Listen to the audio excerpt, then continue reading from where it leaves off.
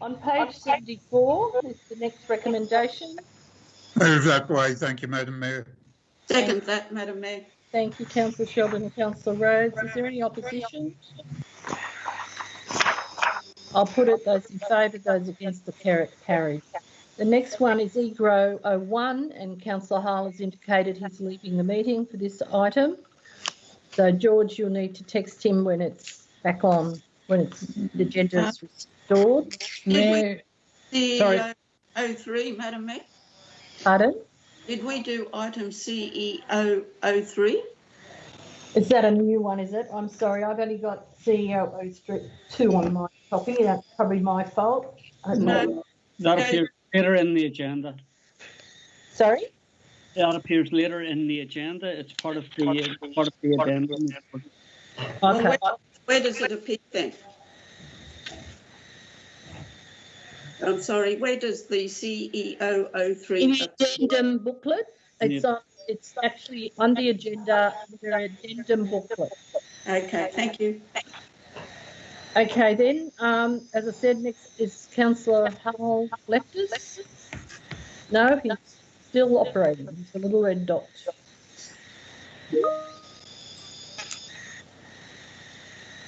Okay. Just want to point out that the sound's now all working fine. Thank you. Thank you very much, George. Thanks. Thank All you. right. Just for the recommendation on page 76. I've just got a couple of questions. The idea is that it goes out for exhibition, then it comes back and we look at any of the recommendations or what people say about it, and then we move on from there. So tonight we're just approving it to go out on exhibition. Is that correct? That is correct, Councillor. All right.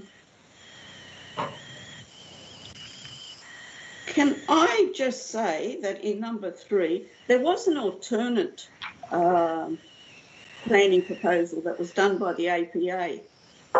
I can't remember the year that it was done, but seeing that we've got options for the different concept, or this concept of the structural plans, if it was approved, I was wondering if that particular the actual APA structural plan that was done previously by council commissioned it, but it never went on exhibition. I was wondering if that could be included to go into the exhibition as well. I'll ask the acting CEO to get some comments on that for you. Okay. Thank you, Madam Mayor. My understanding would be that that report would have been superseded by the more recent one, but I'll ask Mr. Smith to comment on that. Thank you. Through the acting CEO, that's correct. The previous planning work that was done in this precinct was the Warwick precinct plan that was not endorsed by council in the last couple of years. So this structure plan and planning proposal, as a draft, you're right, councillor, is recommended to go on exhibition so we can understand what the community's thoughts are on it. I was just wondering, it was a draft, but it was never brought to council. We actually asked to have a look at it when it wasn't brought to council. I don't know why it wasn't brought to council, but it wasn't. Anyway, that's it's something that I think would be good to also go out on exhibition. But if it's council's advice that that is not possible, well, then it's not possible. I'll take it that it's not possible. I'm willing to move the motion as is, the recommendation as is, with an additional one, number 5 point. And that holds a community meeting with the constituents about the proposals during the time of exhibition.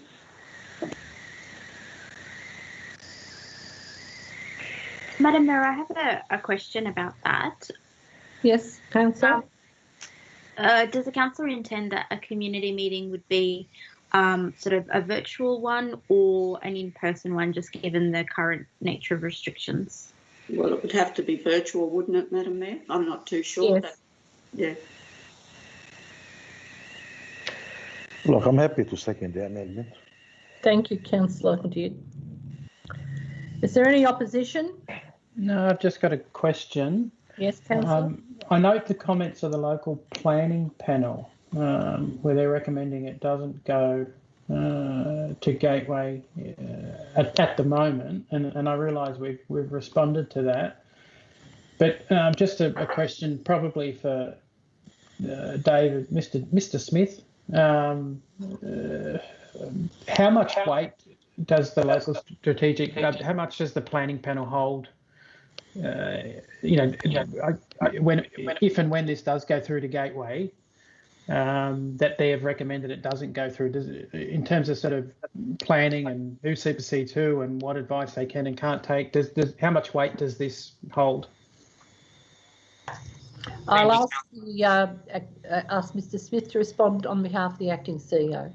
Thank you, Madam Mayor. Through the acting CEO, the Liverpool Local Planning Panel's role is simply to provide advice to the council. Their advice is just that. It doesn't have statutory weight, and council officers have responded in the report to the concerns that were raised by the local planning panel. All right. So as part of its considerations, this is not a document or opinion that the Gateway or sort of anyone at that level will consider, unless they make a submission, which they won't. But basically, it's Through the acting CEO, it will be considered because it forms part of the documentation that gets sent to the Department of Planning. But in our opinion, the concerns of the panel have been appropriately addressed in the report. all right. Thank you. Thank you, councillors. Any other discussion? Does anybody oppose this? Yes, I do. Thank you, Madam Mayor. Thank you. Anybody else? Everybody else is in favour. This one has to be noted. So thank you, Councillor Sheldon. It's fine. George, could you get Councillor Hall back, please, somehow?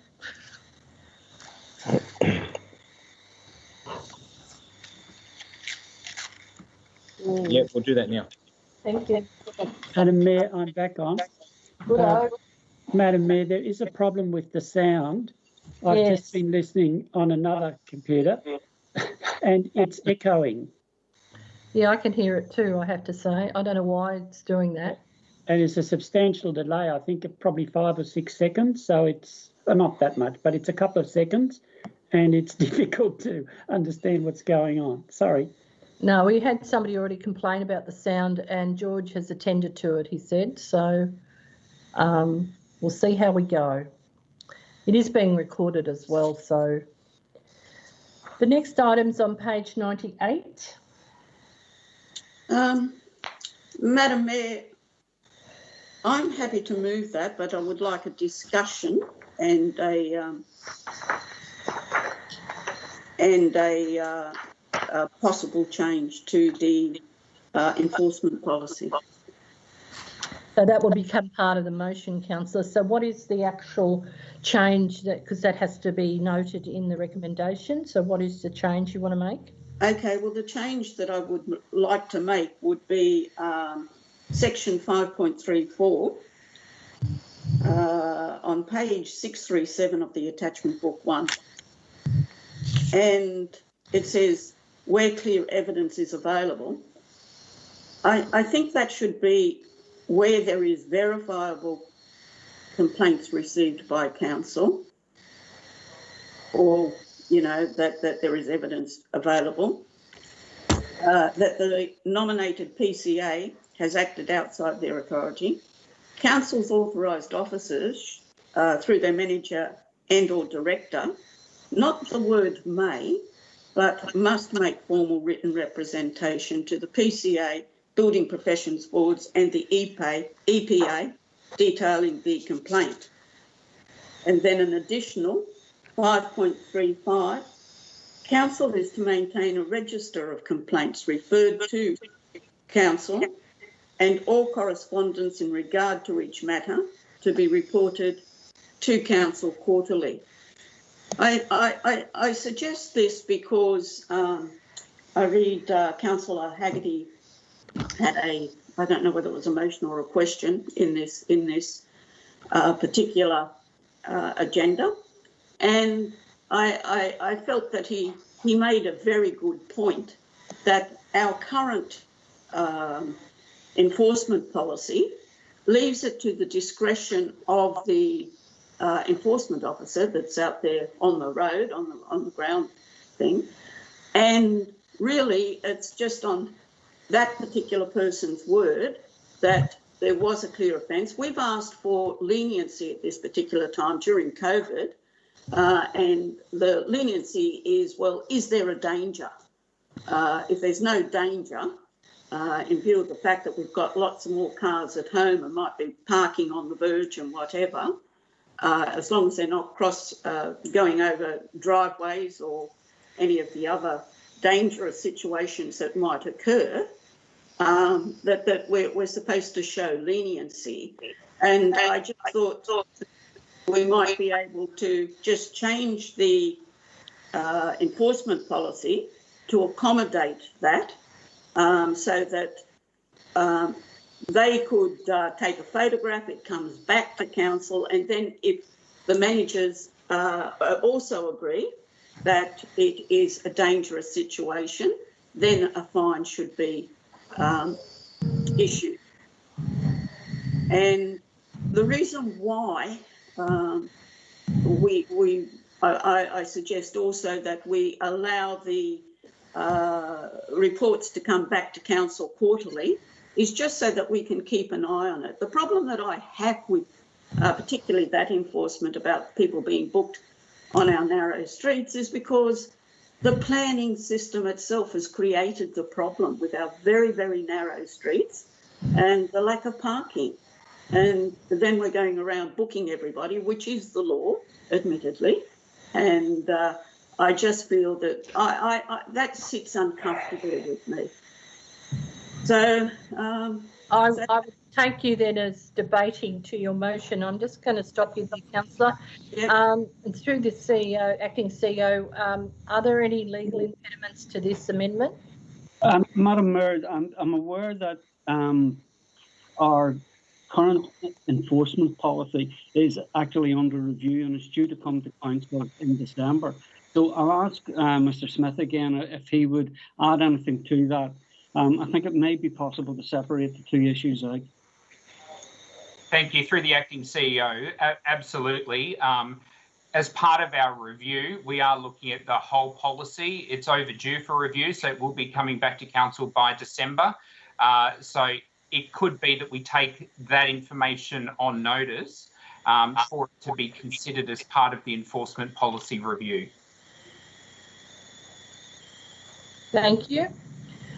So, Councillor, the review of the whole policy document is going to take place, and would it be wise to let it go through that revision and then be able to modify it rather than piecemeal change bits? Yes, if they're going to review the whole policy, it would be better to look at the whole policy. Yep. I just that particular bit. Yep. Yeah. Sorry. Well, Madam Mayor, I believe we should look at it carefully because there is some state rule in this regard as well. We have to be very careful not to breach it. This is one. Secondly, as a council laws, I believe this is the operational manner. We should not get ourselves be seen as very directive to this council staff. So we have to be very careful, okay? Because as long as there is a state rule in this regard, so we can't do anything about it, to be honest with you. Thank you, Councillor. I'll take that as speaking against the motion. So what I would suggest, if Councillor is happy with Councillor Rhodes' sentiment, that we... Can we move a motion, Madam Mayor, that Council receive and note the report, noting that the enforcement policy will be looked at in detail in December. Yes, that's a good compromise. Have we got a seconder? Yeah, I'll second that. Thank you, Madam Mayor. Thank you. Is there any opposition? Do we want to be a bit more explicit and say that these issues are considered as part of any review? I think that the staff understand our sentiment, councillor, and I think when it comes back to the review, there'll probably be a strategic panel presentation where people's input will be sought, I would suggest. Yeah. Okay, any opposition? I'll put it, those in favour, those against, declare it carried. Next item is on page 103.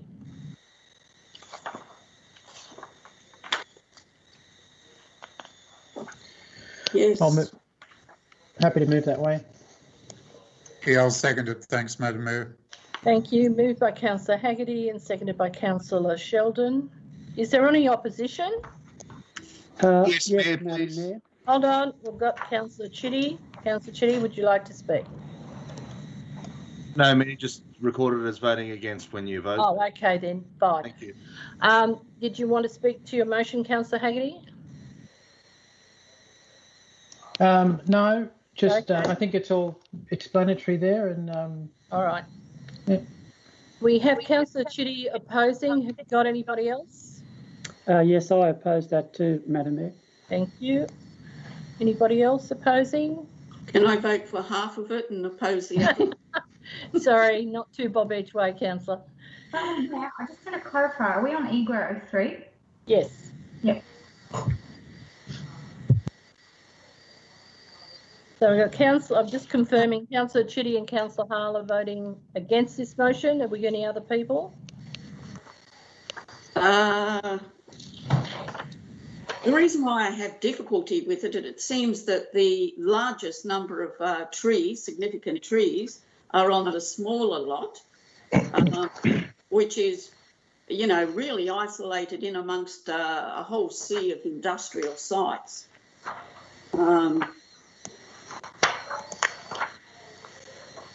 No, I will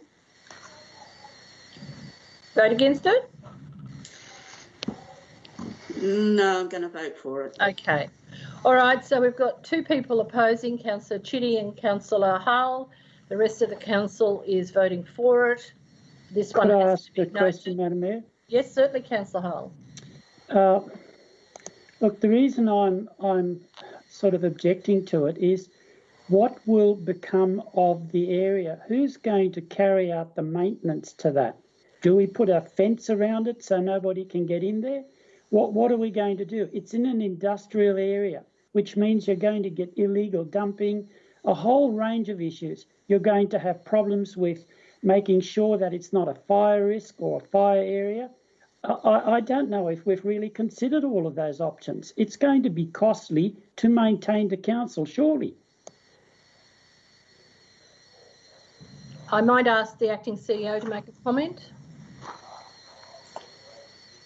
Thank you, Madam Mayor. I'll seek the advice of Mr. Smith, again, particularly in regard to the Land and Environment Court's ruling on it. Thank you. Through the acting CEO, the sites are actually encumbered by a Section 88B instrument under the Conveyancing Act that actually requires the landowner to manage and retain the vegetation in accordance with a vegetation management plan on the site. So it's the owner's responsibility to maintain that. The sites were also set aside as part of the broader subdivision of the precinct when it was rezoned and developed for industrial purposes. To obtain the concurrence of the National Parks and Wildlife Service at the time, it was set aside as a biodiversity offset site. So what this planning proposal is doing is effectively protecting the sites as already is the case under the 88B instrument and making sure that the LEP zoning reflects those restrictions on title. That brings me to a question then, Madam Mayor. Yes, certainly. If it is a cost to the owner of the property who has got no financial gain in owning the property, I can see that you might have a bit of trouble getting them to keep it clean and free from fires and things like that. I'll ask the councillor, the acting CEO, whether there's comments for this one. Well, again, that would be an issue. If there are complaints around that or concerns, then that would be a matter for council to monitor and ensure compliance. But how would the owners ever sell this piece of land? Who would buy it? Well, I don't think that's our issue, councillor. I appreciate your compassion, but the issue before you is slightly different. We've still got Councillor Chitty and Councillor Hull voting against. Are you going to vote against, Councillor Rhodes? Yeah, I think I might change my vote. I think that's all right. That's fine. Okay. Madam Mayor, I have another question. Yes, certainly, Councillor Hull. To David Smith. I've read, I think today, somewhere in our information that there is an opportunity for council to look at those sorts of zonings with a view to maybe modifying them. I'm not sure of the exact nature of that, but I believe there is something where we can actually have some input to that. And would this be part of that? Through the acting CEO, I'm not quite sure the question. This has gone to council. It's gone to Gateway. It's been on exhibition. It's been deferred for the Environment Court, Land and Environment Court appeals to be determined, which they've been done. So this report is the post-exhibition report to either confirm the council's wish to proceed with the rezoning of the site, to reflect the environmental constraints on the site, or to not proceed.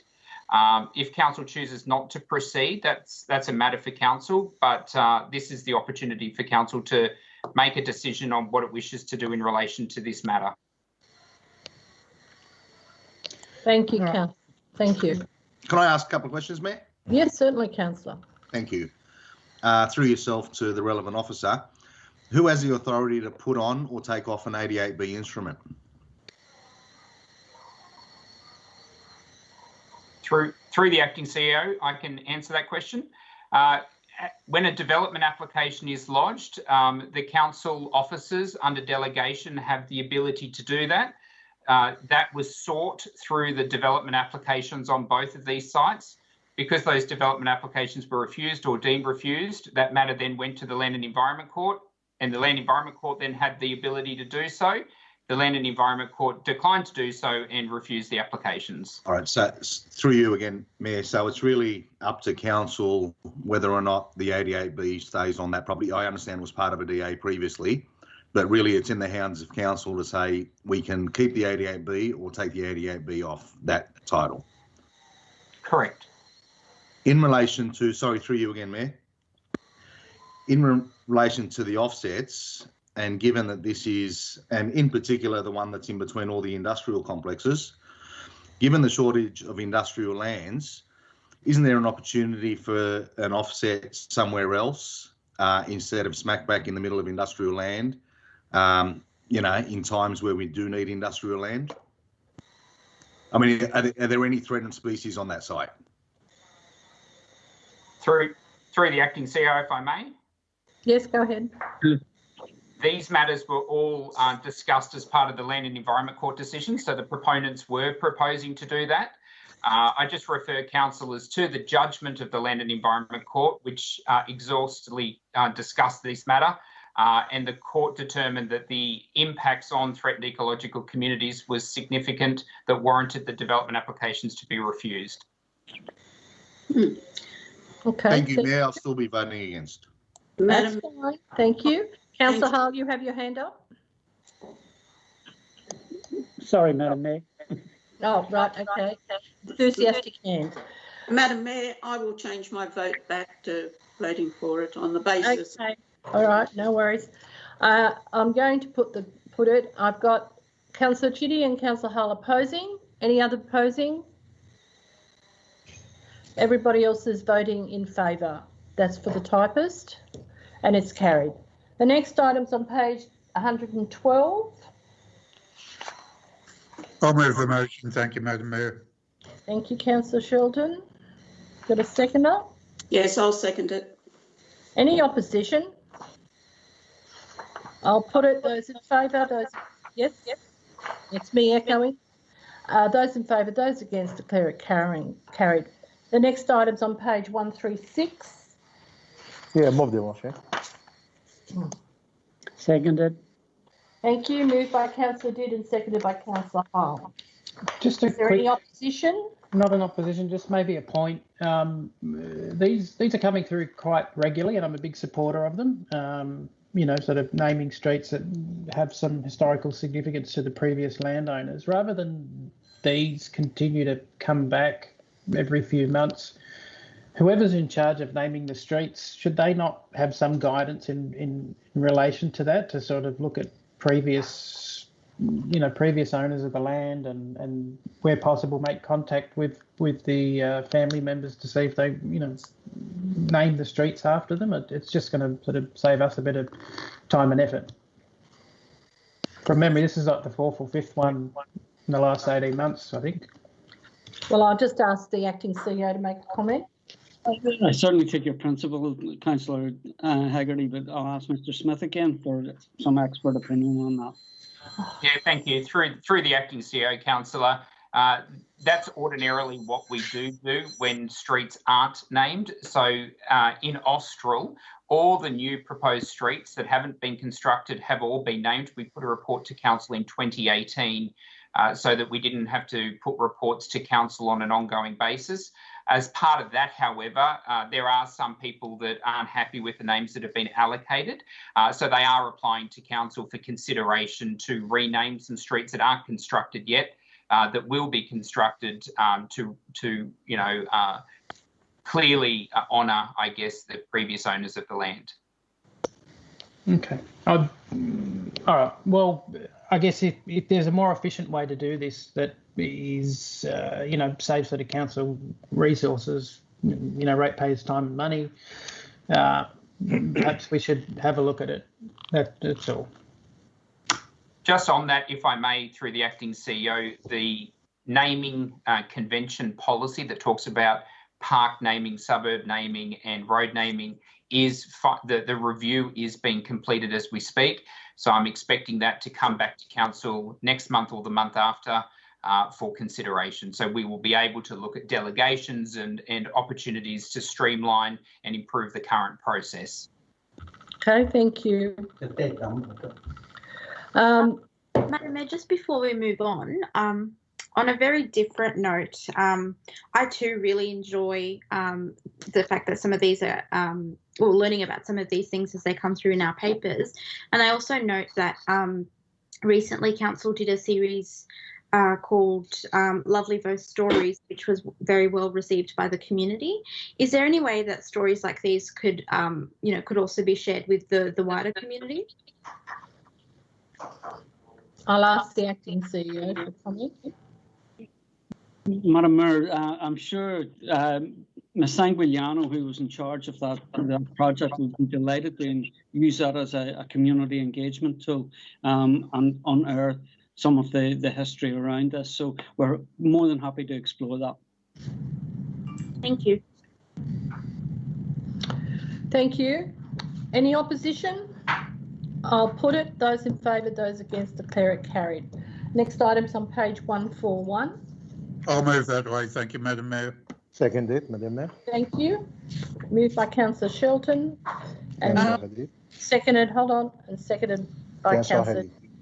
Yes, I've got it. Thank you. Can you just... Any discussion? Yes, Madam Mayor. Pardon? What one are we up to? We're on COM 01 on page 141. Yes. No. Thank you. Is there any opposition? I'll put it. Those in favour, those against, declare it carried. The next item's on 145. Madam Mayor, I'd like to move a motion, please. Yes, Councillor, what is your motion? So in regards to this, I just want to put it out there that I used to actually live in this street, and I know the Mimosa Park, Block 22, Box Road, Christendale very, very well. Look, as a former resident of that street, I honestly don't believe a park belongs there. The land dips quite significantly. There's also a house behind the park, also houses beside the park. And there is, I think it's Peter Miller Park on the other side of Fox Road, which is, you know, a wonderful park. It has a walking track, a bike track, a park area for teenagers. It has basketball courts. There's also a cricket pitch. It's quite a very busy park that the locals all use. It's literally maybe a 3-minute walk from Mimosa Park. So I'd be interested to know what the residents on this street actually think and feel about this property. So I'd like to move that it goes on community consultation, making clear council's intent to rezone and dispose of the land. I suppose for 14 days, would that be okay? It's your motion, councillor, so it goes to community consultation. Yep, for 14 days. Um, And I'd like it stated in the community consultation that council is intending to rezone and dispose of the land. okay, it goes on community consultation and to communicate with residents. Yep. The future of the park is rezoning and disposal. Yes, please. Okay. And would it be okay to say a report brought back in the October meeting for us to have a look at and just get the feedback of the community consultation? Yes, I think that would be fair. Hold on a moment. Just wait a second.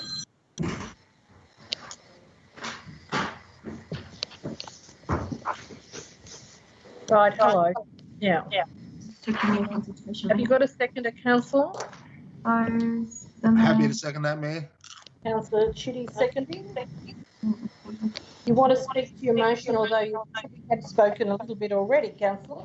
Yeah, I did speak a little bit on the motion, but look, I just want to reiterate, a park definitely doesn't belong there, and I thought community consultation would be a good way to go about this, just to get the feel of the residents there.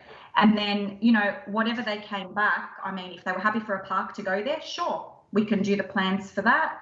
But if they weren't happy for a park to go there, maybe once it's sold off, the funds could go to another park in the area. Okay. So that was the thought process, basically. Can I suggest a alteration to that motion? You wish to amend it, councillor? What is your amendment? The amendment would be that it goes to community consultation, making it clear that council could possibly rezone and dispose. I don't think you should say council intends to. Otherwise, I think that it should be council intention to consider to rezone and dispose. So putting possible.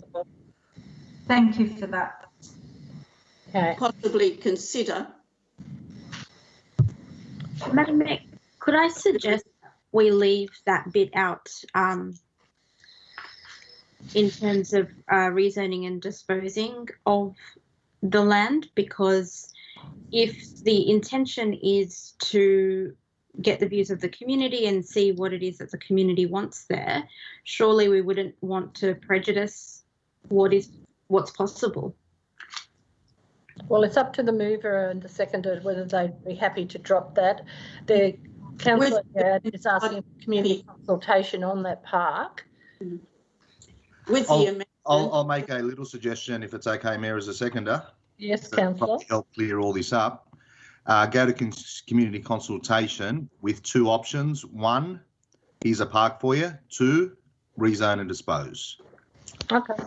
That way, the two options are there. People are clear, and when it comes back, we'll then know exactly what the people are thinking without prejudicing any option. Is the mover happy with that? Madam Mayor, I'm fine with that, thank you. Okay. I'm happy to take away my amendment. Okay, thank you. Before you go on, Madam Mayor, I wonder if the mover and the seconder would also be happy to suggest a mailbox drop in relation to just the residents in the immediate area, particularly since this is only going out for 2 weeks, that there be some sort of mailbox drop, and we've done similar in the past.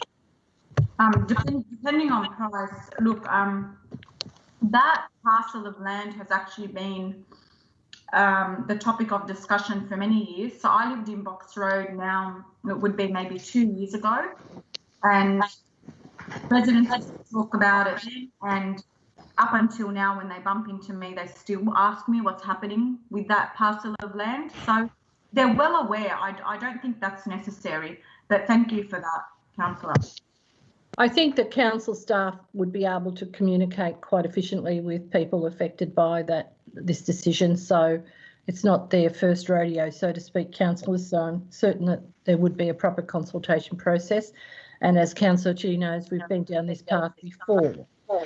Okay, we have a mover and a seconder. We are going to. Can I speak in opposition? Hold on a moment, but just wait a sec. And we're going to. The motion is that we ask that we consult with the community relating to the park Part A, that it be rezoned and sold. This is a shortened version, and B, that it is retained as a park.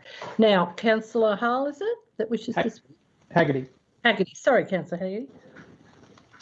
Yeah, just wanted to speak in opposition to this. I accept that land's been sitting there idle, not doing much, not getting much community benefit, but I think we're selling ourselves short if we think the only two options on the table are to turn it into a park or sell it. You know, it's a reasonable sized lot. It's about the same size as all the other lots in the area. Why couldn't we look at partnering with an organisation to perhaps lease it long term to put a house or some housing there? That way it stays in the public ownership, and we get some form of income from it, which is much better than what's happening at the moment. I guess the issue is once you've sold it, you never get it back. So I'm a fan of keeping things in public ownership and finding an appropriate use for it. It would appear that a park wouldn't be an appropriate use, but let's explore all options rather than the two that have been put there. So on those grounds, I'll be voting against this. Madam Mayor, if I may, just in regard to Councillor Haggerty's comments, it's actually significantly smaller than the other parcels of land on Box Road and behind Box Road. Okay, thank you. I just wanted to put that out there. Well, you're sort of having your right of reply without being asked yet, so just hold your horses. Any other speakers for or against the motion? I'll speak for. Yes, go ahead, Councillor. For it, it's only going out on consultation, so we're only seeking input from the residents. So nobody's making a decision today to actually sell anything or do anything with it. I'm also for, if they do come back and say, let's dispose of it, council's got a long-standing policy, or there's a policy in there that any money from assets that are sold go into the property reserve. We currently own a vacant block of land that nothing is happening with. And my intention would be that if it goes down the track of disposal, that council would replace this asset with another asset that could be income producing, instead of just having vacant land sitting there that's not being looked after. Thank you. Thank you. Any speakers against besides Councillor Haggerty? Not. I'm going to close the debate. Councillor Ebb, would you like your right of reply? Thank you, Madam Mayor. I'm fine. Thanks. Okay, I'll put it to the vote. Who is opposed? You might need your sheet this time, George. The other one's, oh gosh, I can't read that. It's too tiny. Okay, I'm voting against. Councillor Ayd, I imagine, is voting for. Councillor Chitty, I would imagine, is voting for. Councillor Did.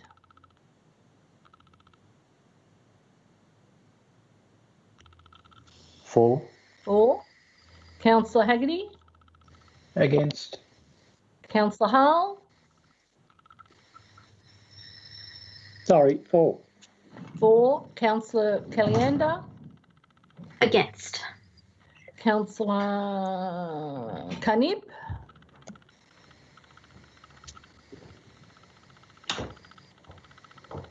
Got his mute button on, I'd say. Right, Councillor Rhodes? Yeah, I'm happy for the constituents to give us their say. Yep. Councillor Sheldon? Against, of course. Thank you. I'll have to count them now. I've got to change glasses. Sorry. It's 5-4. Okay. 1, 2, 3, 4, 5. 1, 2, 3, 4. Okay. So 4 against and 5 for. The motion is carried.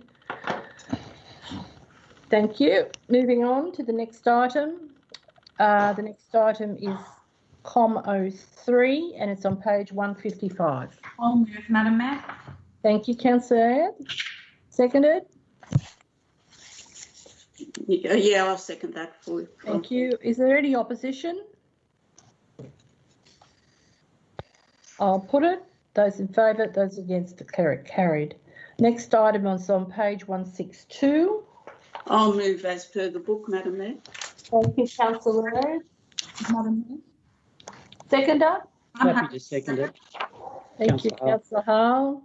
I'll foreshadow. Okay,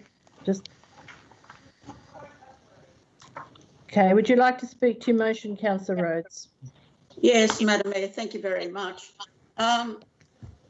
It's very important that Liverpool takes the opportunity that we're currently in with COVID, and it is very important for us to have shovel-ready initiatives as we come out of COVID and move the economy forward. The LGA will benefit from a visitor destination precinct for the creation of jobs and supporting businesses in the area. There is a need for council to look forward with plans for ways of creating these jobs and supporting all business as we emerge from the COVID pandemic, possibly, well, now they're even talking less than 3 years.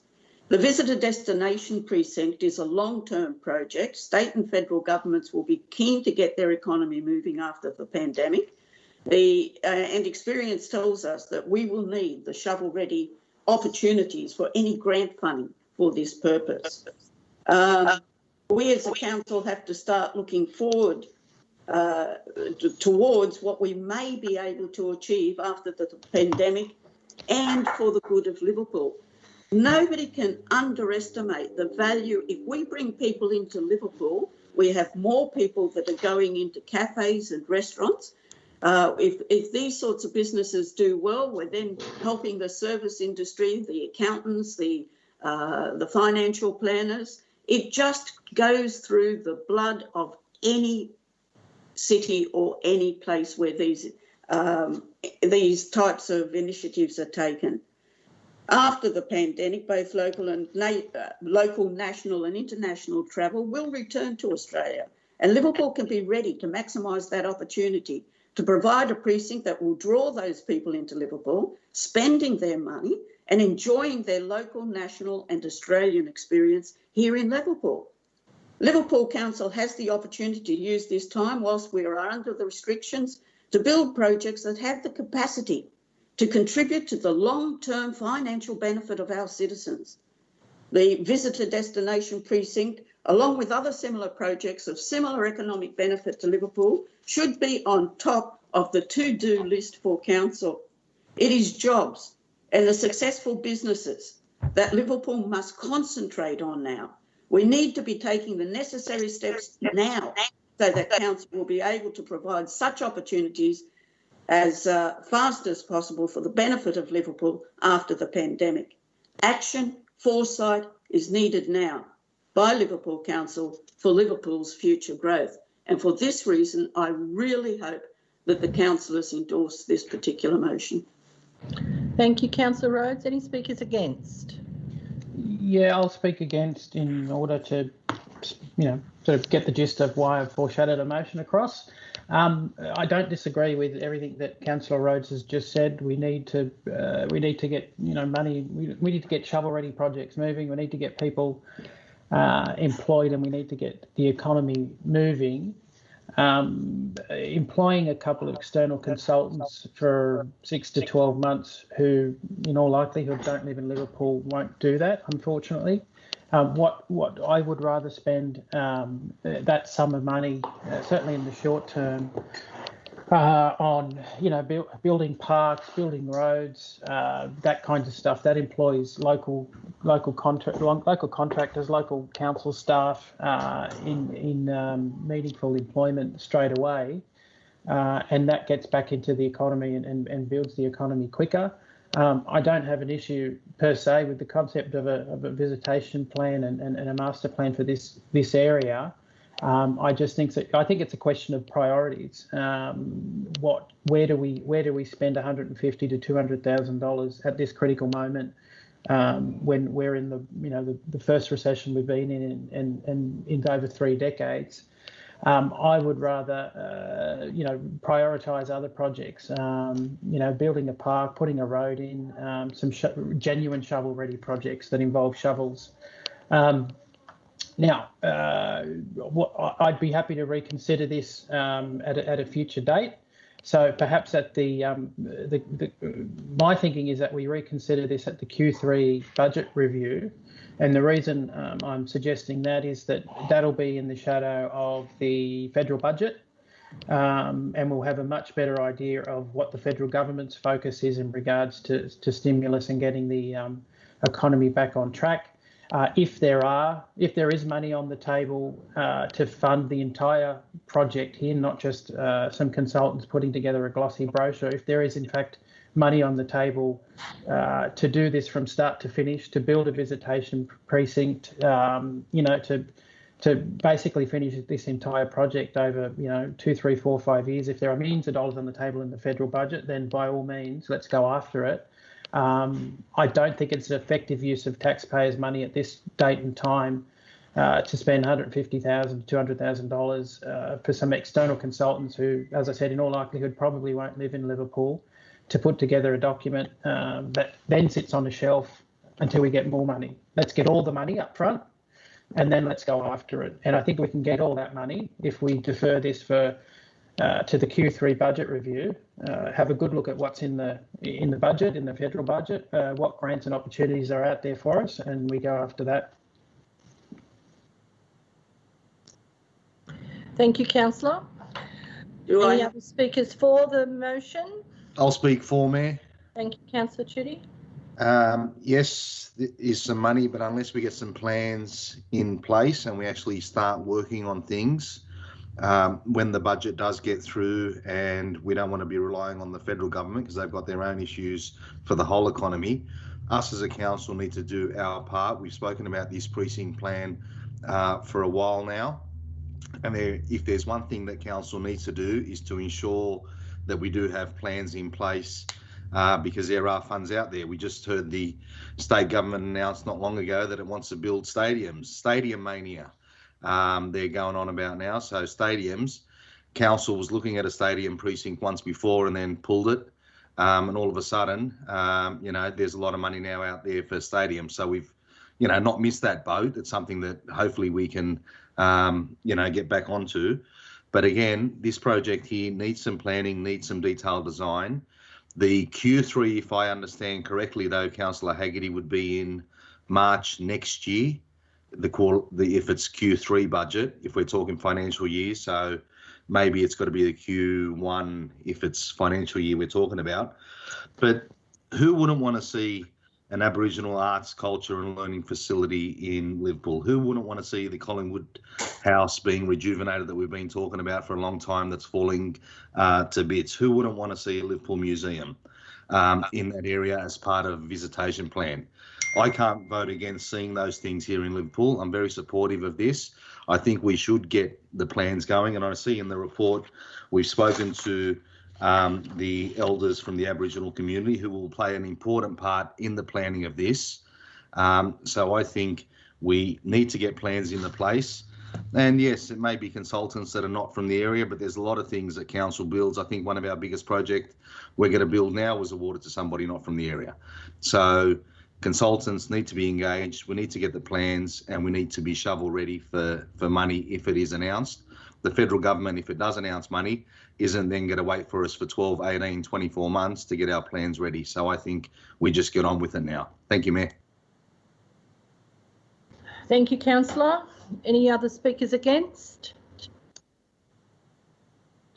Then I'm going to, you want to write a reply, Councillor? Yes, I will, Madam Mayor. I will just address some of the issues that Councillor Haggerty raised very quickly.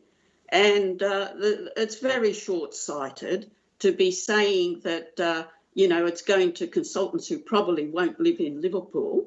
It's the Point of job. order, Madam Mayor.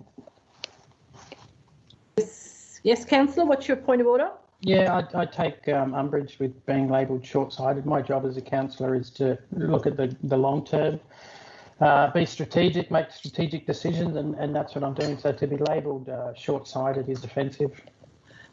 I will have to take your point of order, and I agree with you. I think you need to just watch your words, Councillor, please. I'd like to reassure Councillor Haggerty that it wasn't an issue about him. It was about his view that he was taking. That was very short-sighted, because this is Point of order. Councillor, I would suggest you stop referring to Councillor Haggerty's views or himself as short-sighted and move on, please. Yeah. The reason why it needs this longer view of the needs of Liverpool is because that is what is going to deliver jobs. He wants to use the money, he suggests, for plans and roads, which are a very, very good issues, I must admit, but they don't create jobs. They don't create long-term jobs for Liverpool. And that's why I feel that this particular motion is in the best interest of Liverpool. And Councillor Hachiti is absolutely right. We've been told before by this council that we need shovel-ready projects, because you don't get a second chance. If we haven't got these ready when we come out of this pandemic and there's state and federal money being thrown around as grants, we miss out. So for this reason, I know that we've got to do this as soon as possible. Thank you, Councillor. You've had your right of reply. We now take the vote. I think what we might do is basically, and we might need the thing again, George. Sorry. Change glasses again. Oh, here we go. Right. I think I'll leave me for a little while. Councillor Howard. Sorry, Madam Mayor. Yes, I'm For or against the motion? I'm for the motion. Thank you. Councillor Chitty, you're for, I would gather. Thanks, Mayor. Councillor Hadid, I'm For. for. Thank you. Councillor Haggerty, against, I would gather. No, Mayor, I've had a change of heart. I'm for it. Okay. Councillor Hull. For. Councillor Calienda. For. Councillor Kanib. Can we check to see if Councillor Kanib's sound is working, please? Councillor Rhodes. Yes, I'm for. And Councillor Shelton. Well, that's Councillor Shelton. Yeah, for, thank you. Well, then I'll register as for. The motion is carried. Thank you. The next item is on page 174. I'm happy to move as per the book for the investment report. Thank you. I'll second that. Thanks, Madam Mayor. Thank you, Councillor Shelton. Any opposition? I'll put it. Those in favour, those against, declare it carried. The next item's on page 182. These are the committee reports, councillors. Well, I'll move the one on 182 then. Can I move that they be moved as a whole, Madam Mayor? Yes, Councillor Calienda, you Yeah, can. happy to second it, Councillor. Thank you, Councillor Hadid. Any opposition to that? I'll put it. Those in favour, those against, declare it carried that the committees have been moved and adopted. Questions with notice on page 216. Thank you to staff for that very detailed answer to my question. Yeah, I'll just leave it at that. I now have some very clear information on when we can and why we can take action if we need to, and I think we should all have a good read of that and remember it and keep it in our back pocket. Thank you, Councillor. The next question is Councillor Calienda on page 218. Thanks, Madam Mayor. I am happy with those responses, and I may come back with a notice of motion at a later time. Thank you. Question with notice 03 on page 221 in the name of Councillor Haggerty.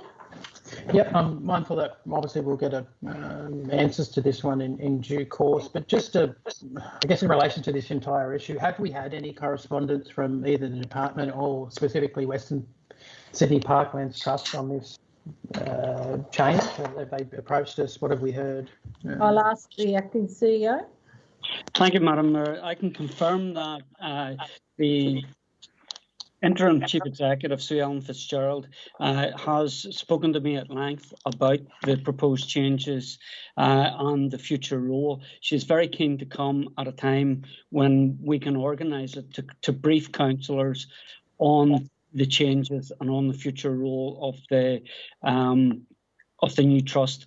But she is very clear that the work of the Western Sydney Parklands Trust will continue on the main stage. Thank you. Mayor, may I, if I can, just add to Councillor Haggerty's questions? Yes. In relation to the trust, we've spoken about Stewart Road at West Hoxton previously. That fronts the parklands at West Hoxton. Can we have discussions with them again? I'm not sure if they have responded to our previous request.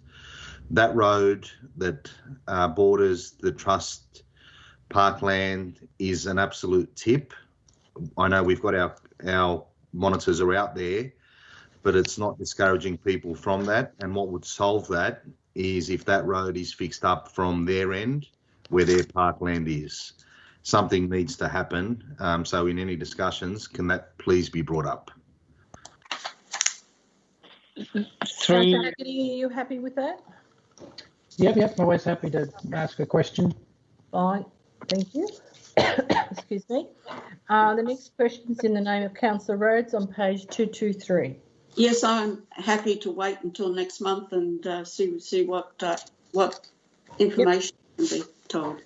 Next item is in the name of Councillor Calienda and it's on page 225.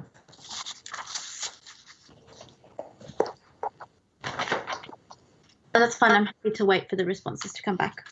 Thank you. The next item is your addendum document.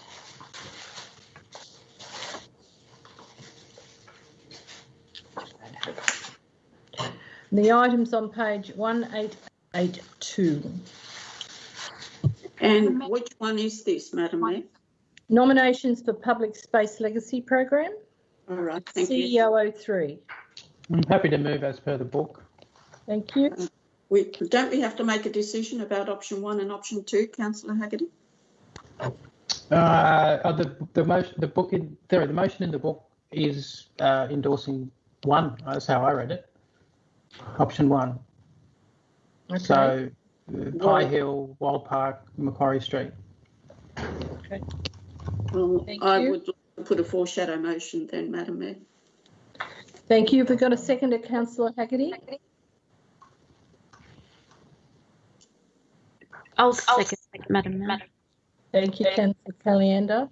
Do you wish to speak to your motion, Councillor Haggerty? I do. And can I say from the outset, I think this is a terrible piece of policy from the state government. Tying open space to planning outcomes that are completely unrelated is not a good way to do policy. Policy should provide incentives and disincentives to do something. I can't see where the connection is. The analogy I came up with is this is obviously a carrot and a stick type of proposal. The only problem is the carrot's attached to a donkey and the stick's attached to a horse. That's not how carrot and stick works. Anyway, that's my spiel on the policy. That said, I've had lengthy discussions with our planning team and other staff about whether we can do this and whether we're not putting ourselves at risk. I'm extremely comfortable that our council will put in place appropriate measures to make sure that Certainly on the DA side, and that's all sorted out and done properly. Quite comfortable with that. Obviously, can't speak for other councils and what they're going to do, but that's probably where my concern about this policy lies. In regards to the open space, obviously, we just spoke about shovel-ready projects. Here are 3 genuine shovel-ready projects that are ready to go.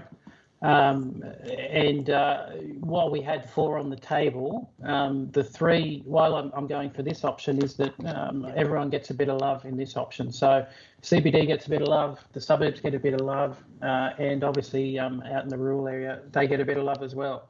And they're all different projects, and not just in terms of location, but in the demographic they're setting to cater. You know, the one in Macquarie Street will obviously help the local businesses, and again, that's another thing we need to do. And so I don't think the 4th project that was on the table is an issue. You know, I don't have any issues. I think that's a fantastic project as well. But I think in terms of fairness and equity, we need to spread these projects out, and that's why I'm advocating for for option number 1. Thanks. Thank you, councillors. Any speakers against? Yes, Madam Mayor, then I will speak against it. I agree with a lot of what Councillor Haggerty is saying. My only objection is that I prefer option 2. The reason why I prefer option 2 is because I thought the Pye Hill Reserve was being funded already by his boss. Have I got that wrong? I have several bosses, councillor. No, it's not. Excuse me. Stop, Councillor Rhodes. I don't think that was an appropriate statement. I think you need to be a bit more professional when you address your fellow councillor. And as Councillor Haggerty said, he has several employers. So I think you should be a bit more... Sorry, I thought he only had 1. But I thought that this is already being funded through a federal grant through... Thank you. And yes, through Anne Standler. No. Thank you. Sorry, was that a no? That's a no. That's a no. So it's not being funded? No. Thank you, councillor, for clarifying that. Now you're speaking against the motion. Please, will you do so? Yes, I'm very confused because I thought I read that that it was being funded by a federal grant. So I couldn't see the sense in us putting this up if it was already being funded. And that's why I preferred option 2. So can we... Councillor Haggerty, you will have your right to reply when Councillor Rhodes is completed. Keep going, Councillor Rhodes. Well, can I have clarification from a director or somebody from council that the Pye Hill Reserve is not as what we've read in the media, that it's being funded by a federal grant? I'll ask the acting CEO to respond to that question for you. Thank you, Madam Mayor, and I'll ask Mr. Smith, are you aware of any other funding sources for this project? Through the acting CEO, no, I'm not aware of that. I'm not sure if Mr. Steen's online, acting CEO, in relation to that matter, but the report recommendations are, the eligibility criteria are that they're not being funded by another program, but I can't answer that any clearer, I'm sorry. All right, then I will still proceed with my foreshadow motion. I like the Big Street Heritage Park. Hold on, councillor. You're not foreshadowing anything yet. You're speaking against the motion. Sorry. Please, have you finished your debate? Yes. Well, what I believe is that option 2 has got very relevant things to Liverpool at the moment. As you know, if we have the Big Street Heritage Park, we're also providing people another opportunity to come to Liverpool to learn about the Liverpool history. And I think that is going to be more beneficial for Liverpool long term. Okay, thank you. Councillor Haggerty, anybody wish to speak for the motion?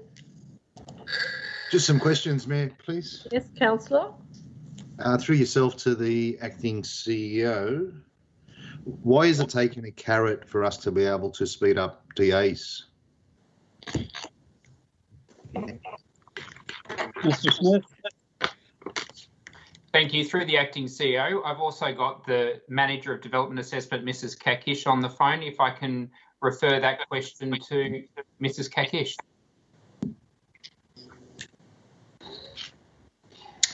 Through the acting CEO, this is an opportunity for the council to shift existing resources to prioritise certain development applications in an attempt to make more efficient use of the resources through having this very clear objective. So we are, in the context of this specific criteria, very much towards what the end objective is, in that we have a number of significant applications under assessment that are under the 180-day waiting time. In terms of the other main criteria point, which is to seek to reduce the overall determination timeframes by about 20% as a minimum, we're looking to basically use the resources that we have in place to aim to achieve that. But I have to also emphasise that the Department of Planning has clarified in their communication that they will liaise with each council and cater to each council's workload and opportunities and challenges that are individual to that local government area. So it's not going to be a blanket reduction in timeframes without considering all the different variables that would apply. Thank you. That answer your question, Councillor Chitty? Okay, moving on. Any other speakers for the motion? You have your right of reply, Councillor Haggerty. Yeah, look, I think I said everything I needed to say. All four projects on the table are fantastic. But I think these three are probably the most equitable in terms of making sure everyone gets a bit of love, as I said. By no means do I think we should stop lobbying to get the project at Big Street finished. We should still continue to advocate for that one.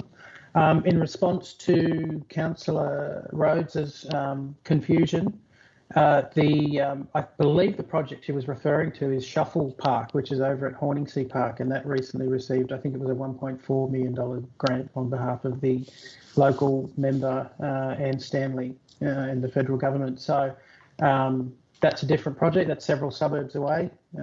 People that are familiar with the area would know that Horningsea Park is a couple of suburbs over from Cecil Hills.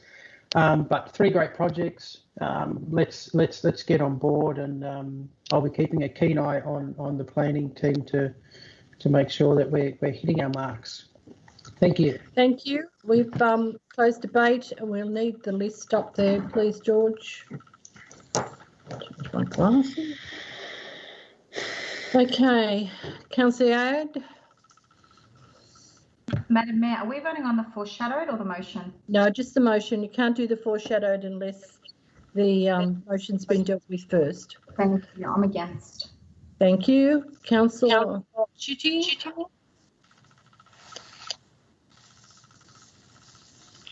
Councillor Hadid.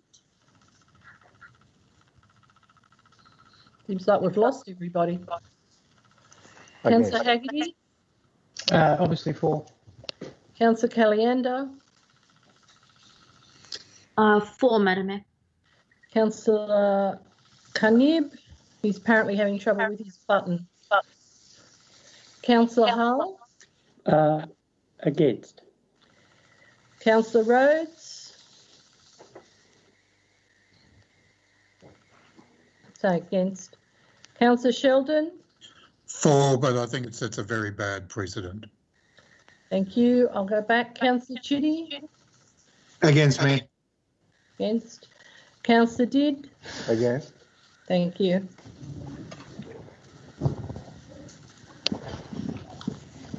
Okay, the motion is lost, and the foreshadowed motion now will be dealt with. Councillor Rhodes, what is your foreshadowed motion? Option 2.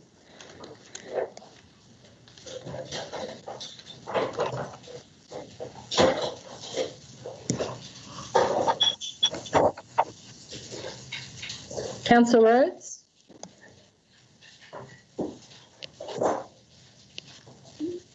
Councillor Rhodes, your mic is on mute. Yes, Madam Mayor. What is the motion? It is exactly as the motion above, Right. but it is for option 2 rather than option 1. Okay, thank you. Seconded? I'm happy to second that. Councillor Hall, thank you. Would you speak to your motion, Councillor Rhodes?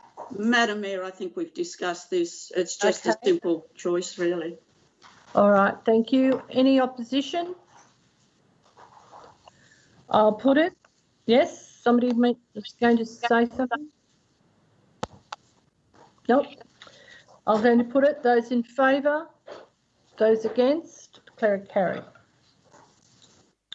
Next item is on page 1969 of your addendum booklet. Madam Mayor, is that EGRA 06?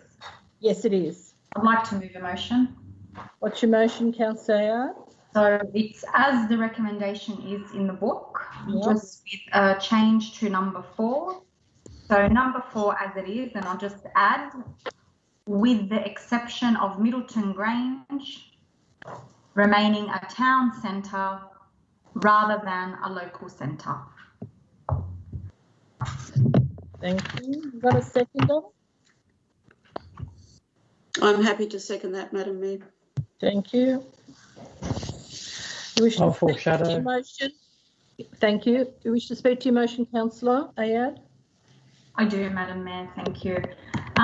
In the past, Middleton Grange has been a town centre. I think it was last year or the year before, sorry, I don't have the dates clarified, but we voted that for it to be a town centre rather than a local centre. It's really, really needed in the area. I actually live in Middleton Grange. There's not much here. There's no shopping centres. We have to travel quite far to get to the local shops. It desperately is needed, especially with the growth in this end of Liverpool and with all the subdivisions happening nearby in Austral, Leppington, in the near future in Rossmore also. So a town centre would be able to service all those people. Thank you, Madam Mayor. Thank you, Councillor. Anybody who wishes to speak against the motion? I'll speak against. Yes, a couple points, I guess. I'm happy with the motion as per the book. So I guess my point of difference here is the classification of Middleton Grange as a town centre. And there's a couple of reasons for that. One is obviously the expert advice that we're being given by the consultants and some of the other feedback there that wasn't appropriate. I 110% agree, if that's possible, that we need a shopping centre of some description in Middleton Grange. For context, the difference between a town centre and a local centre, I think it's in this documentation, but certainly in the attachments, is that a town centre is a Carnes Hill or a Casula type situation, where a local centre is more of a Cecil Hills shops. So I think given the location of this town centre to Carnes Hill, and also you've got Len Waters over the back, I think a local centre which would have a supermarket and a series of other stores would be more than appropriate for that area. The other point to consider as well is that given COVID, retail is really, really struggling at the moment, and I was, quite disappointed and a bit sort of shook up to see the amount of businesses that are going under in the CBD and in the retail space. And we saw news, I think it was yesterday, that the Mosaic Group, which runs a whole bunch of retail outlets, mainly through large shopping centres like Westwoods, have let off a whole bunch of staff. So there's the expert advice saying that this should be a local centre, and then there's the economic conditions telling us that a town centre probably couldn't be supported in the current economic environment. Now, I know we will recover. However, what we find in these sort of situations is that people like shopping from home and people like ordering food from home. So I think retail needs to change going forward, like so many other sectors and organisations and parts of our life because of COVID. We might not find a vaccine for COVID, but I think the way the world is going to change regardless, and retail is one of those. And the expert advice is there that we keep it as a local centre or a village centre. So that's why I'm going to vote against it. Thank you very much, Councillor. So we've had a person speak for and speak against. There be any other speakers for? Can I ask some questions, Mayor, please? Yes, certainly, Councillor. Through yourself to, I suppose, the acting CEO to start with. What was Council's last resolution in relation to this piece of land? Through Madam Mayor, my understanding is that it was a town centre. Mr. Smith, can you confirm that? Just a simple question, what it was, if it was or wasn't. Yep, through the acting CEO, yes, it was. Town centre. So council voted previously on it being classified as a town centre, yet the report now is changing that? Through the acting CEO, if I may. Yeah. So the recommendation from the consultants was to change it to a local centre, and that was a recommendation following a review of the submissions. So as identified in the report, we did have submissions a submission in opposition to the council's previous resolution. So it was requested that the consultants provide an assessment against those in favour and those against, and to provide an independent recommendation back to council. But as noted in the report, it's ultimately a matter for council to determine. And sorry, just further on, Mary, if I may, has that consultant done a detailed review just on this piece of land, or is it in Globo that they've done their reviews and studies? Through the acting CEO. Mr. Smith. Thank you. The consultant was requested to review all the information that was provided. The consultant prepared the study that informed the development of the strategy, following council's resolution to modify the draft strategy to include it as a town centre rather than a local centre. They were provided with the submissions for and against that, and their assessment of that is identified in the attachments to the council report.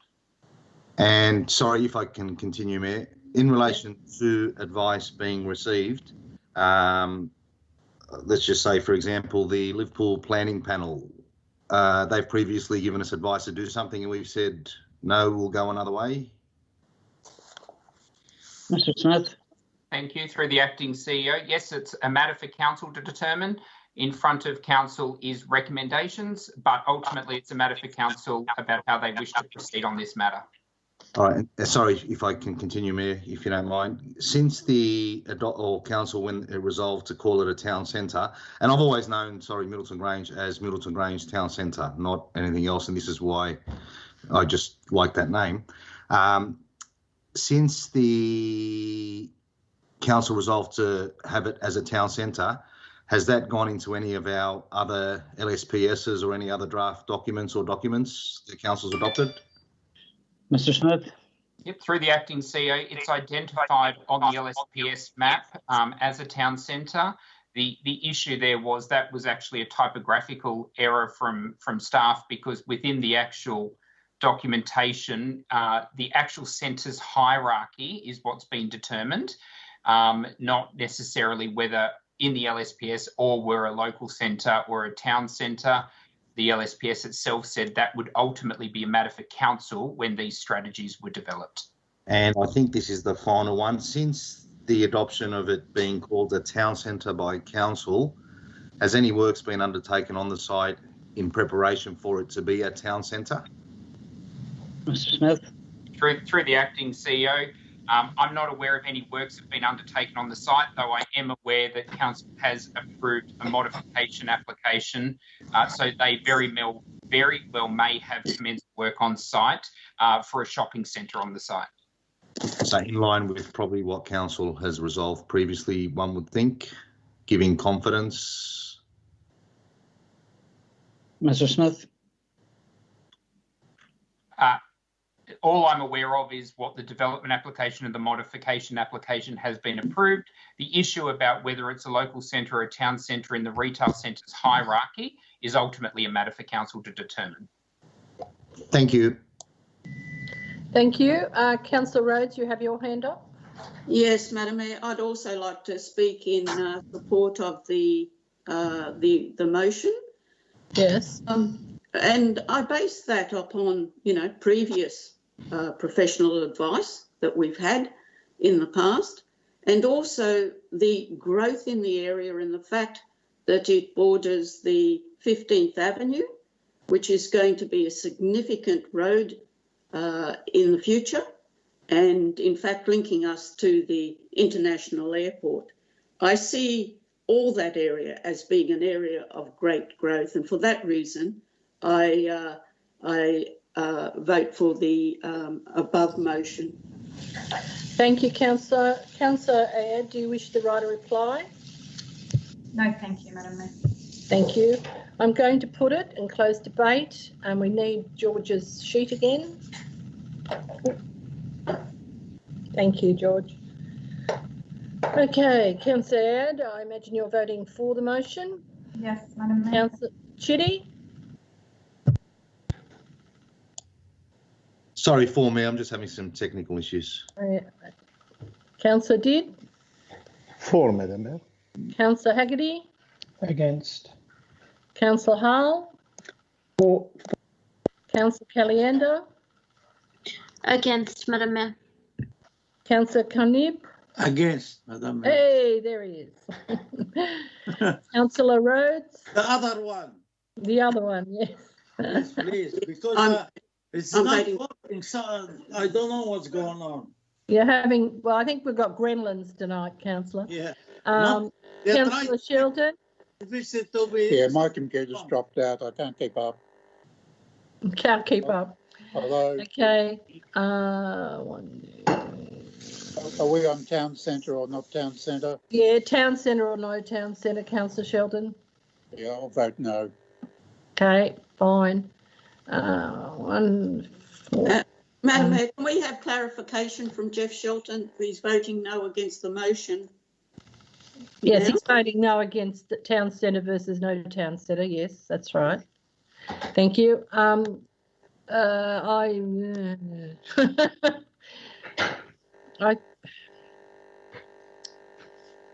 Look, I'll vote against, mainly because we have got further information that has been quite in depth. Now 1, 2, 3, 4, 5, 1, 2, 5. It's a tie. I'm going to use my casting vote to have the motion fail. The foreshadowed motion, Councillor Haggerty. Yeah, as per the book. As per the book. I think everybody knows what's happening. Did you want to speak, Councillor Haggerty? No, I think we've had a pretty good debate. Thank you. Can I speak against and ask some questions, Mayor? Yes, certainly, Councillor. Probably waste of time speaking against, but just some questions in relation now to the whole LEP. Are we, through you, Mr. CEO, to the relevant officer, are we rushing this LEP through just to get the money from the state government? I'll ask Mr. Smith to comment. Through the acting CEO, as part of the accelerated LEP review program, the timeframes were that the LEP needed to be finalised by the 30th of June. It was extended until the 31st of August. So they are the timeframes that are available to council. If those timeframes aren't met, there is a risk that the LEP review funding that council has received could be at risk. Just further, Mayor, if I may, because I look at the LEP review, and when I think about an LEP review, I look at reviewing the LEP so that we don't have planning proposals coming through. But in the report itself, we're probably going to expect probably about another 6 or 7 planning proposals. Plus, we had a report earlier on that shows about 8 planning proposals. So we're looking at doing an LEP review, and we're probably still going to have, that I can sort of see just from reading the report and currently from the previous report, another 14, 15, maybe amendments to an LEP that we're just about to send to Gateway. Is that good sort of planning? I'm not saying anything against anyone that's putting it together, but if you do an LEP review and then there's another 14 amendments that I can see coming, is that a good document? And we just doing it to collect the money from the state government? Mr. Smith, would you wish to comment? Yep, through the acting CEO, the LEP review is a two-phase LEP review program. The funding from the state government through the city deal was in part to review the LEP, but also in part to complete the strategies, the local housing strategy, the employment strategy, and the industrial land strategy, as well as to pay for the local strategic planning statement that's already been adopted by council. The purpose of phase one is to align the LEP with the Western City District Plan, so it's a statutory requirement, and to make other changes. However, the advice that we've received from the Department of Planning is that if we did, and in this case we did receive representations from people to also include other zonings, ordinarily that would require a gateway alteration, further public exhibition, and that can't be achieved within the timeframe. The advice we've received from the department is that can be considered by council as part of phase two if council thinks that there's merit, and there's additional documentation that we may need from those landowners that have made those representations. Alternatively, they may choose to lodge a planning proposal. If you know the timeframe wasn't there, then absolutely it would make sense to request further information from those landowners, put a report to council to determine whether or not the planning proposal should be amended to include those additional sites, send it to Gateway for a review, and then go back on exhibition. Unfortunately, that's not available to us. Sorry, when does this need to be in by? Again, sorry. Yep, through the acting CEO, phase one, it needs to be submitted to the Department of Planning by 31 August. So 26th August today, so 31 August. And if we miss out on that date, we miss out on the funding, does it? Do we? Through the acting CEO, it's a risk. I'm not saying we would, but it is a risk. Councillors, can I just one further question? Something tells me we may be at risk of losing funding for this thing if this motion goes ahead, and I'll be voting against it. Thanks. Thank you, Councillor. Any more speakers? Councillor, you need a seconder for your motion. Councillor Haggerty? I am seconded. Oh, thank you, Councillor Kanib. Okay, any other speakers? Councillor Haggerty, did you want the right reply? No, let's bring the voting machine up. Okay. All right, George, could you put the sheet up, please? Okay, Councillor Aird? I'm against, Madam Mayor. Thank you. Councillor Chitty? Against. Councillor Did? Against. Thank you. Councillor Haggerty? For. Councillor Hall? Against. Councillor Caliander? For. Councillor Kanib? With. Councillor Rhodes? Against. Councillor Shelton? For, thank you, Madam Mayor. And I'm for. That's a tie. I will use my casting vote. The motion is carried. Thank you. The next item is on page 226 of notices of motion in the name of Councillor Haggerty. Let me scroll back up. Okay. Yeah. Look, this. As I've said in the background, this is one that frustrates me. We've had a few cracks at this. I know Councillor Hachiti's, put forward a second driveway policy which would help in this regard. I put forward the motion about converting traffic islands and verges into parking bays to help with this issue. We've all advocated that the new road, new layout plans for roads in new areas have wider streets so we don't create this problem going forward. We also gave direction that we apply a bit of leniency and common sense around COVID. It's still not clear. The feedback that I'm getting from residents, people are still being fined. They're still not clear. They think they're doing the right thing, but clearly they're not because they're getting fined. The intention of this motion is to set out some very clear and unambiguous guidance, and I've suggested here that we use pretty pictures if we need to. I think we do, but you know, I'm a big fan of the principle that we warn people and we give people, you know, advice and a warning, and then if they continue to do it, then we whack them with a fine. And I know we do that in this regard. We send letters out to the neighbourhood, but I think we need to go further. I'm not clear on what constitutes an offence and what doesn't in this regard. So what I'm asking for, I did say October meeting, but happy to sort of, you know, based on advice from council, I'm happy to, the council staff, if that's too short a time, happy to wait a bit longer. If it needs to be rolled into other things that are going on, happy to consider that as well.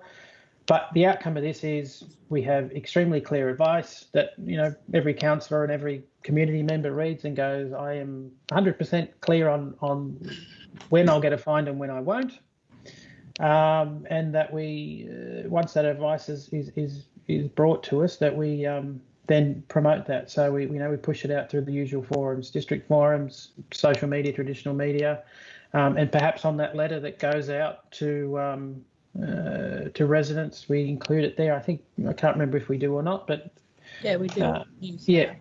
Yeah, so we do that. So that's the point of these councillors. I'm hoping you'll support it. You know, surely we don't have an issue with providing residents with clear and unambiguous information.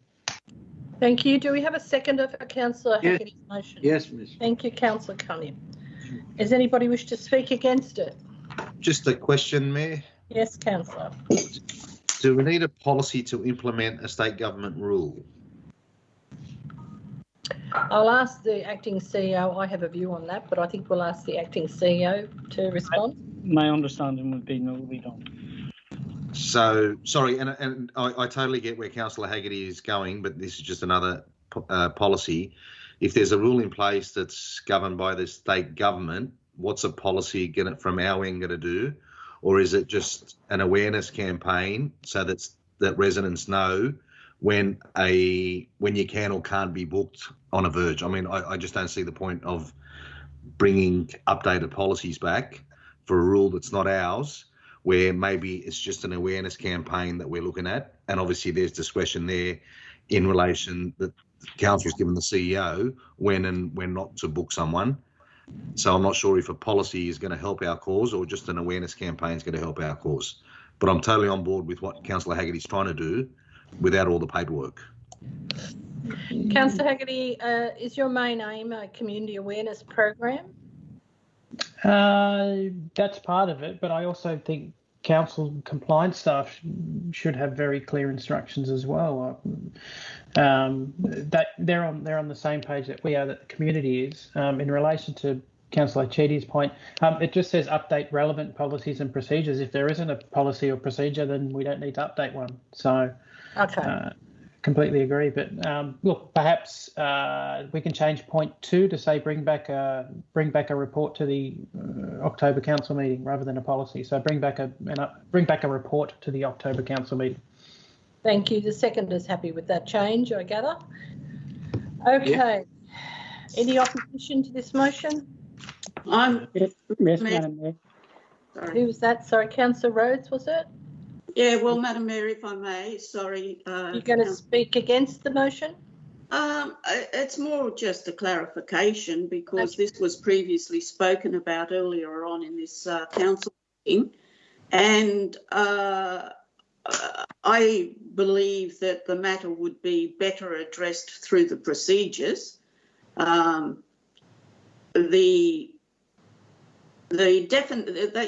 have written in the enforcement policy, and I've spoken about the enforcement policy, so I'd vote against this particular motion because I've already agreed with council, they're going to bring that back, and I think that's the best way of addressing the issue. Thank you. A speaker against. We've had a speaker for. Any other speakers for? Councillor Haggerty, you want to write a reply? No, yeah, why not? Just in relation to Councillor Rhodes' point, this is more than updating a policy. I think we just said that, if there isn't a policy update, we know the policy. This isn't about policy. This is about making sure everyone's on the same page, and that includes running an awareness campaign. So, I do take on the point that we're updating that procedure, and that's coming back in December. But that's another 4 months for people to get whacked with fines. Some people have been fined thousands of dollars, although they're trying to do the right thing. So I don't think we can wait another, we shouldn't wait another 4 months when we can run an awareness campaign, in the next couple of months and save people thousands of dollars for doing things they inadvertently and don't mean to. That people don't want to cop a fine, they want to do the right thing. Let's be very clear and tell them what the right thing to do is. Can I just add for the information of councillors, we have been lobbying the state government on a regular basis about these issues because it is seemingly unfair. There is a danger, obviously, if people are using footpaths and people are parking on them or they have wheelchair access denied, etc. There's all those sort of issues to be considered. But especially now, many people are working from home, so cars and vehicles are more so in a street than they have ever been before. So the understanding of where people can park, I think, needs to change from the state government's perspective. But I have to say it's a very long road to get that matter changed. But we are very aware of the issues this raises with our residents.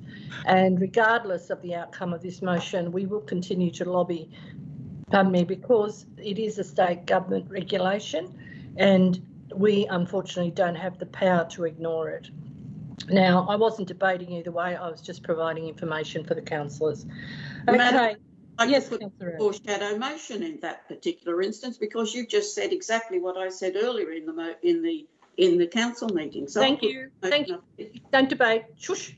Okay, thank you. I'm going to put the motion as moved by Councillor Haggerty and seconded by Councillor Carnip. Sorry, Mayor, is point two changing? Did Councillor Haggerty change point two? Was it? Councillor Haggerty? Yeah, bring back a report to the October council. Thanks. Meeting. Okay, with that change, we need the sheet again, George. Change my glasses. You see? Okay, Councillor Howard. I'll come back. Councillor Chitty. 4. Councillor Did. Come back. Councillor Haggerty. 4. Oh, thank you, Councillor Did. Councillor Haggerty, 4. Yeah, Councillor Hull. 4. Councillor Calienda. 4, Madam Mayor. Councillor Carnib. 4. Councillor Rhodes. 4. Councillor Sheldon. Yeah, 4. Councillor Ayad. Okay, I'm voting for. The motion is carried. Thank you very much, councillors. The next item is on page 229 of your booklets. Me again. Look, I'm going to change this one in light of our previous conversation about what's going on in December. Motion, councillor. That council consider, pending legal advice, setting up a page. So as per the book, and then somehow wrap this all up as part of the procedure that's coming back in December. So let's feed this into the December thing. What's it called? Sorry. Councillor, why don't you go with 1 and then 2 defer this? Oh, no. That won't work. What are you trying to achieve, Council? Yeah, look, essentially, we have a problem, and it's a minority, but it's still a big problem with people doing things on properties they aren't allowed to. So it's not a permitted use, and generally this takes place out in the rural areas and the places like Kemps Creek, Austral, Denham Court. People run businesses. There are complaints are made. Compliance officers obviously issue orders. They're ignored. They then go to court. It's taking a very long time for these things to get to court due to COVID. And all along, minority of these offenders are continuing to carry out this business. I've explored other options with the compliance team and legal, and there isn't really a feasible option to stop these people doing it legally. So we just have to wait for our day in court. Unfortunately, this is creating the perception in the community that council's ignoring it, council doesn't care. What I wanted to do was two things: arrest that perception. Council is actually doing it. We're taking these people to court, and by making it plain that we are taking these people to court and making that public, it also acts as a bit as a disincentive for them people to stop. Now, sorry to interrupt your flow of speech. I just want to ask the acting CEO a question. With regards to publicising people we are taking to court on a website, is that in breach of any privacy legislation? Madam Mayor, we sought legal advice on that, and we were told that it would not. Okay, thank you. But the department itself does that. Okay, that's fine. I just needed to know that. Thank you very much. All right, sorry to interrupt you, Councillor. Continue. So as my understanding is that the courts publish this list as well. We'd just simply be publishing the ones that were relevant to us, the ones that we were taking. Yep. Look, if we're having sort of problem noting out the wording, I'm happy to defer this one. Maybe that's a way forward. But fellow councillors, if you have any ideas, help me out here. Question, Mayor, through you to the CEO, to Mr. Smith. Yes. I think that's the pecking order. When council made the submission for the rezonings our submission for the Aerotropolis, we put in our submission a few paragraphs in relation to temporary land uses while this was going on, and at the time we asked for what can be done in our rural areas for temporary use of their land while they're waiting on development to occur. What's been done about that? Mr. Smith? Through the acting CEO, so obviously council's submission is currently being considered by the planning partnership. The minister hasn't made a decision at this point on the Aerotropolis SEP. The minister, the department, the government has announced through tranche 5 of the accelerated planning process that decisions on that matter will be made by the 11th of September. So apart from that, it's a matter with the minister. Sorry, but I was referring to we were going to look at making a similar submission or similar changes to the current rural areas in Austral to fall in line with the submission that we made for the Aerotropolis area. Did we do any work on that? Mr. Smith? Sorry, through the acting CEO, you were breaking up a bit, councillor. Would you mind repeating that? Sorry, you were referring to the Aerotropolis area. At that time, I'm sure it was myself that asked the question, can we look at making a submission to the minister, or can we get something ready for those rural areas where they can use a temporary, well, it's residential zoning, but rural in most of it, where they can actually use their land for something else except, in the meantime, till development occurs, is there a way that they can use their land for other things? Because currently in Austral, for example, it's still rural, most of it, yet it's an R2, R3 zoning, and we've got to look at doing this something similar to what we did for the submission. Thanks, Councillor. Through the acting CEO, we certainly included that in our submission. It is under consideration, but obviously the recommendations that the planning partnership makes to the minister are recommendations, and the minister will consider our submissions from a whole lot of other landowners in the rural area about what happens in relation to the zoning and whether or not temporary use of land provisions are included in the new set. Sorry, but that was for the Aerotropolis area. We were going to look at doing something for the current areas that weren't included in Aerotropolis. So through the acting CEO, the information for the Aerotropolis set has been actioned in relation to whether or not we make amendments to our LEP to bring in temporary use of land. We can consider that. I don't recall that being part of the resolution on the Aerotropolis set, but we can certainly consider that as part of phase 2 of the LEP review.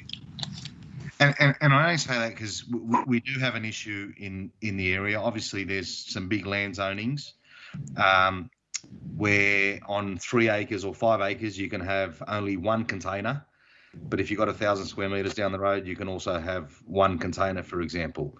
There's a conflict, and I think we need to do something or try something, obviously taking into account all the residents in the area who are enjoying their rural living, where people are able to do something with the land that they've currently got until development occurs. Because a lot of people are sitting on land that's now got an R2 zoning, for example, but really can't do anything with it. So that may eliminate some of our issues that we've currently got with all these compliance issues.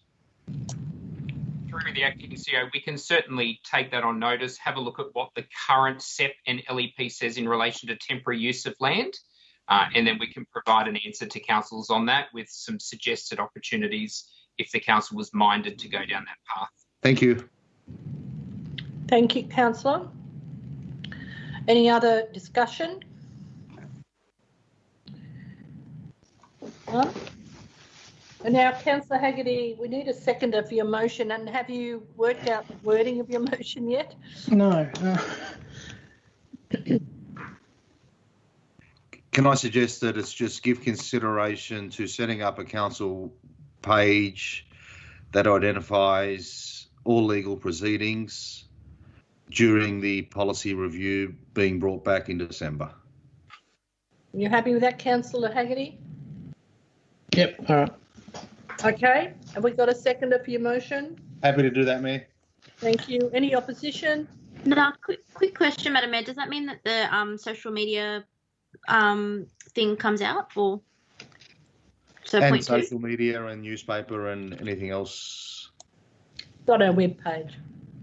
No, but I think what Councillor Kelly-Andrew is asking is, does that then make that? It doesn't make point 2. Point 2 doesn't make sense. Yeah, well, I think we're losing point 2.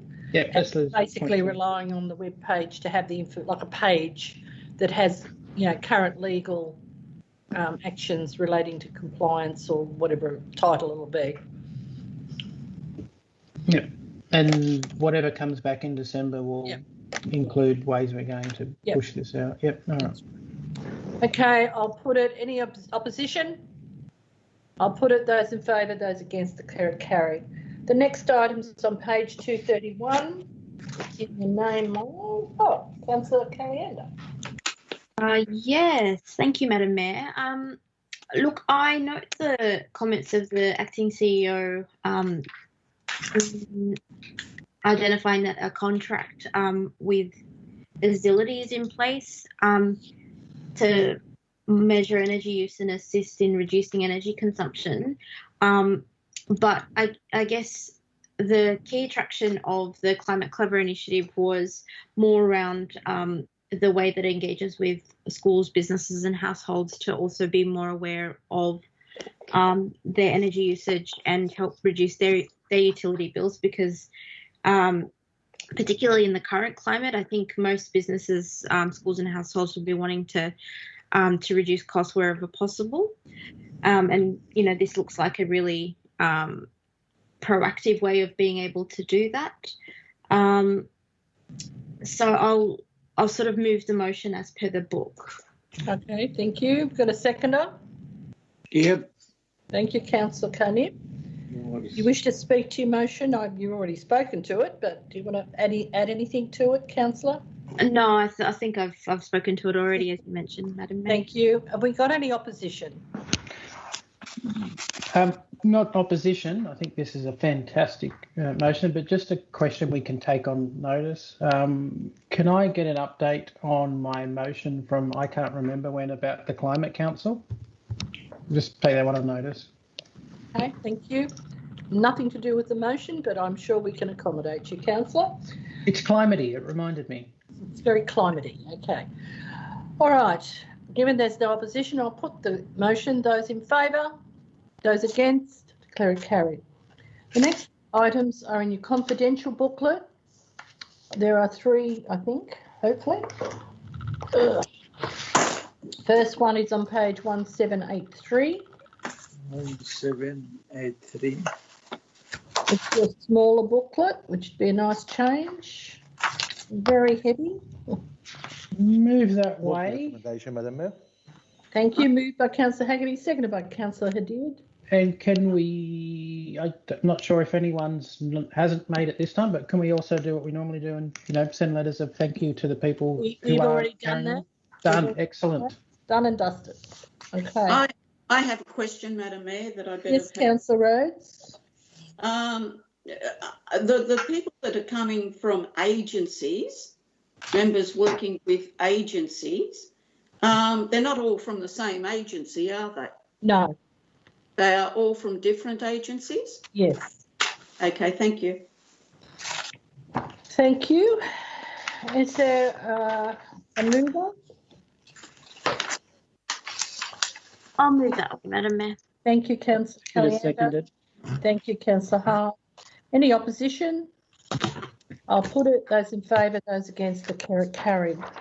The next item, and I have just lost my page underneath all my books. There it is Confo 2 on page 1789, and it's the Waste Recycles Gardening Organics Collection Service. And remember, this is confidential, so if we need to discuss anything in this in detail, you'll have to go into closed session.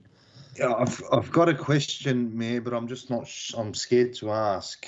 Well, may I suggest you text it? I know that's really unusual, but given we're virtual, text it to the CEO, the acting CEO. If it's a short question. If it's a lengthy one, we might have to go in a closed session. Yeah. It's in relation to. Oh, actually, I probably can ask it. Yes. Yeah. Do council have any plans, or do I remember once upon a time we had plans to move facilities or to get involved with other people in relation to recycling? Is there a facility plan somewhere else? Okay. I'll ask the acting CEO. Thank you, Madam Mayor. Our whole approach to waste councillors is being reviewed. Tim Palsy has led a recent review of that area. He has brought forward recommendations to the executive team, and we're hoping to bring forward that presentation to councillors. I understand Peter Patterson has sent through an apology. He's had to leave the meeting for an urgent family matter. And Tim Palsy, I believe, is online. So can I invite him to make comment? Yes, certainly. Thank you. Through the acting CEO, Madam Mayor and councillors, Councillor Chitty, the setting up of a facility for a recycling or a MRF of what you're referring to is we're currently conducting that service through a third-party provider, which council agreed to at an earlier council meeting. So Visi Recycling now provide that service on behalf of council. Unless you're referring to, I believe, Project 24, which is Yep, sorry, Project 24, yes. Okay. So, yeah, due to the sensitivity around Project 24, I probably recommend that we provide a report to council at a later date, and we will provide recommendations in that report. We've currently engaged an industry expert for an opinion on it, as has been significant change in the industry in the last 3 years, and we just want to make sure we have everything in line before we go forward with this. Right. So through you again, Mayor, through everyone to get to Tim. At point 1, then the time frame that they're talking about, then how is that then going to fit in with Project 24? So Project 24 currently the timeline's planned for us to go out to market early next year. So we've got a few months to get an opinion from an industry expert before we proceed any further. Yeah, as I mentioned before, there's been significant change in the last 3 years, especially around the MWU ban in 2018 and the China sword policy in 2018 as well.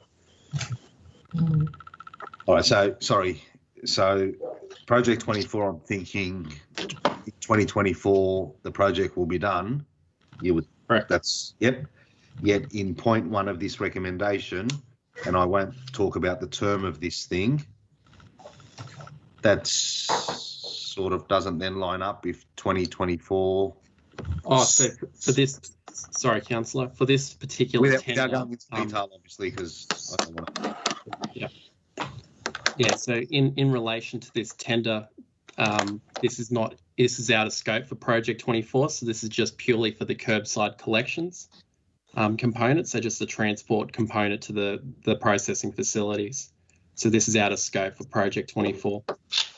All right, sorry. So then if 24 gets up, does that then not change the scope because we don't know where 24 is going to be located? No, so the transport, yeah, so it'll change the scope in relation to the amount of kilometres we might have to travel to the new facility. Okay. We've built that all within this new contract. Okay, thank you. Beautiful. Yeah. Thank you. Okay, any other questions? Yes, Madam Mayor. Yes, Councillor Hale. With these contracts, previous ones, is it possible that council is able to look at their actual site to see how they process waste and recycle it and so on? We looked at one of the previous ones, not mentioning any names, but I would like to see, I'm sure other councillors would like to see if they are effectively recycling waste properly or whether it's just going into landfill. I'll ask the acting CEO to find someone to comment on that. Madam Mayor, I think it's always good to encourage staff to get out and see things in reality rather than just work off paper and all the rest of it. But I'll ask Mr. Palsy if he can respond to that directly. Through the acting CEO. So Councillor Hall, yeah, currently all our yellow bin recycling goes through Visi Recycling. We recycle everything. There is a small component of that is contaminated that would go to landfill, but predominantly all yellow bin material goes through a MRF, a recycling facility. Question, what about the red bin? Through the acting CEO. So Councillor Hall, previously the red bin went to Kemps Creek and we used to extract the organic material out of that red bin and we had resource recovery going on with that. But since the MWU ban came into effect in October 2018, we were forced to go to landfill. So there's no resource recovery currently being conducted on the red bin. Just to expand on that a bit further, the EPA has released a local council transition fund to cater to councils that have been affected by the MWU ban. And it's safe to say that we have now won some grant funding to look into alternative measures such as FOGO, which is food organics, garden organics, which means the food scraps go into the green bin and the green bin becomes a regular occurrence and the red bin would become a fortnightly occurrence. So we're looking into alternative ways to combat that and create further diversion away from landfill. Okay, thank you. Further question? Yes, Councillor Hall. have we made any moves to look at, say, waste to energy incineration?